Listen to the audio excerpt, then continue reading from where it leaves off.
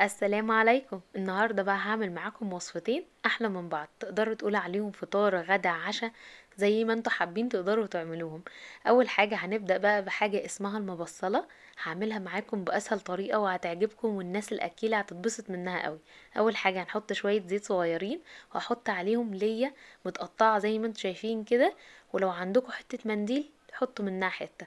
بعد كده رشيت عليها شوية ملح صغيرين، وحطيت كمان عليها رشة من الفلفل الاسود، وقلبتها كده شوية لغاية ما تغمق معايا كده واحس ان هي حمرت ونزلت الزيوت اللي فيها.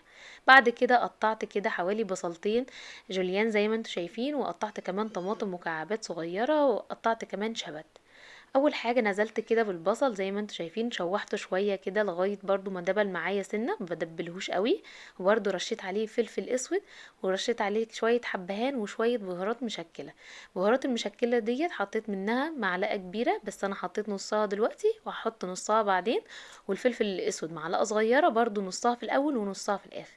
بعد كده نزلت عليها بالطماطم، ورشيت كمان اهوت رشة الفلفل الاسود، وحطيت كمان رشة كزبرة. وكل المكونات تحت اكتبها لكم في الديسكريبشن بوكس بكل المقادير ومظبوطة بالظبط. حطيت عليها رشة ملح ورشة فلفل اسود كمان، علشان خاطر تتظبط معايا الملح، وبدوقها وبشوف هي عايزة ملح تاني او لا. بعد كده بعد ما خلصت معايا انا بشوحها يا دوبك بس تدبل معايا السنه، مش بسويها، هي مش محتاجه سوا. وحطيتها في طاجن ودخلتها الفرن. في نفس الطاسة ما تغسلهاش ولا تيجي جنبها، تحطي فيها بصل كده متقطع صغير زي ما انتوا شايفين، بصلاية كبيرة حلوة كده. حطيت عليها كمان كام قطعة من اللية، وشوحتها شوية، وبعد كده نزلت عليها بمكعبات طماطم.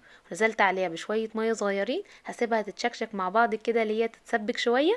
ونزلت كمان عليها بمعلقة صغيرة من الملح، ورشة كده من الفلفل الاسود، ورشة كمان من الكمون، وقلبتها كويس جدا لغاية ما اتسبكت معايا شوية. ونزلت عليها بقى بايه، بكيس كده من الفول اللي هو ب5 جنيه دوت، ونزلت عليهم. وكده عملنا احلى فول باللية هتاكلوه في حياتكم. طعمه في منتهى الجمال.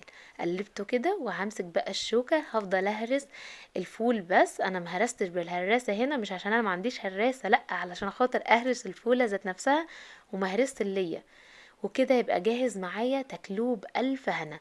هنا بقى قدمت بقى الفول مع الليمون، وعصرت عليه عصرة ليمون وشوية زيت من فوق، وحطيت كمان على اللية شرايح كده من الليمون، وكان طعمها في منتهى الجمال. احلى مبصلة واحلى كمان فول هتاكلوه في حياتكم. بصوا بقى، كانت في منتهى الجمال مستوية، الخضار كله باين فيها. تقدروا اي خضر تحطوا فيها، مش لازم شبت خالص. ممكن تحطوا بقدونس، بقدونس بيبقى فيها جميل جدا. وهنا بقى كنا بنتغدى احنا. انتوا تقدروا تعملوها غدوة او عشوة، انا كنت عاملاها زي في نص يوم كده اكلتها، وكانت طعمها في منتهى الجمال. اشوفكم المرة الجاية على خير وبألف هنا يا رب.